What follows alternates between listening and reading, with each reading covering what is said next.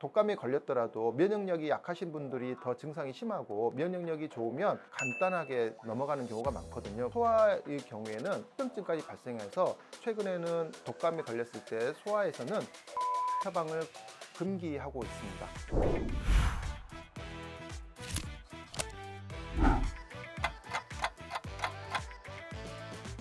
안녕하세요. 이비인후과 전문의 신명석입니다.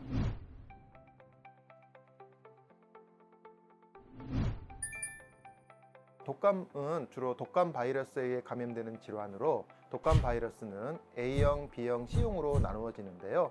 주로 인체에 감염을 일으키는 독감 바이러스는 A형 바이러스와 B형 바이러스가 있습니다. 감기는 200여 가지 종류의 바이러스에 의해서 생기는 질환인데요. 주로 호흡기 중에서도 상부 호흡기 기관에 감염을 일으켜서 콧물이나 코막힘, 재채기, 기침, 가래 등을 유발시키는 우리가 흔히 말하는 감기 증상을 유발하는 게 감기고요. 독감은 독감 바이러스에 의해서 생기는 질환인데 이 독감 바이러스는 상부 호흡기계와 하부 호흡기계를 같이 침범할 수 있기 때문에 감기 같은 콧물, 코막힘, 기침, 가래뿐만 아니라 열, 몸의 통증, 몸살 같은 증상이 심한 독감이라고 말할 수 있습니다.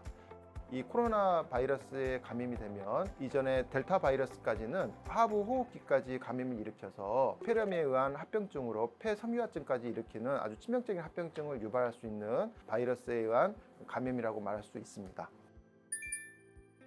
폐렴은 독감 바이러스가 폐에 침범을 해서 염증을 일으키는 반응으로 독감 바이러스에 의한 직접적인 폐렴도 있지만 2차적으로 세균 감염이 발생하여서 합병증으로 세균성 폐렴이 발생하는 경우도 있습니다. 소아의 경우에는 독감이 걸렸을 때 열이나 통증을 완화시키기 위해서 예전에는 아스피린을 처방하는 경우도 있었는데 그 아스피린을 복용한 경우에 뇌염이나 간 기능 수치가 증가하는 합병증까지 발생해서 최근에는 독감에 걸렸을 때 소아에서는 아스피린 처방을 금기하고 있습니다.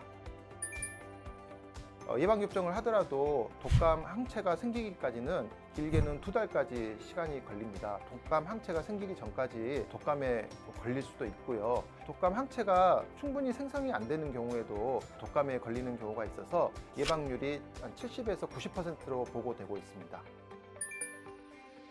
독감 예방접종을 하시는 이유는 몸에 독감에 대한 항체를 생성하기 위해서 맞는데요. 독감에 걸리고 나서는 아무래도 항체가 생기겠지만 그 항체가 시간이 갈수록 소멸되기 때문에 독감에 걸릴 수가 있습니다. 그래서 독감에 걸렸다 할지라도 1년에 한 번씩은 독감 예방접종을 하시는 것이 몸의 항체를 유지할 수 있는 아주 좋은 방법이고요. 독감 예방접종을 하시게 되면 독감에 설령 걸리더라도 합병증이나 치사율을 굉장히 감소시키기 때문에 훨씬 독감 예방접종을 하는 게 유익하다고 볼 수 있습니다.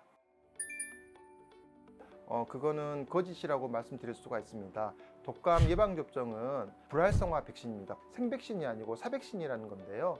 독감 바이러스의 어떤 세포 표면에 있는 항원을 주입을 해서 독감 백신 항체를 만드는 과정이기 때문에 독감 예방접종을 하더라도 독감에 걸리는 일은 전무합니다.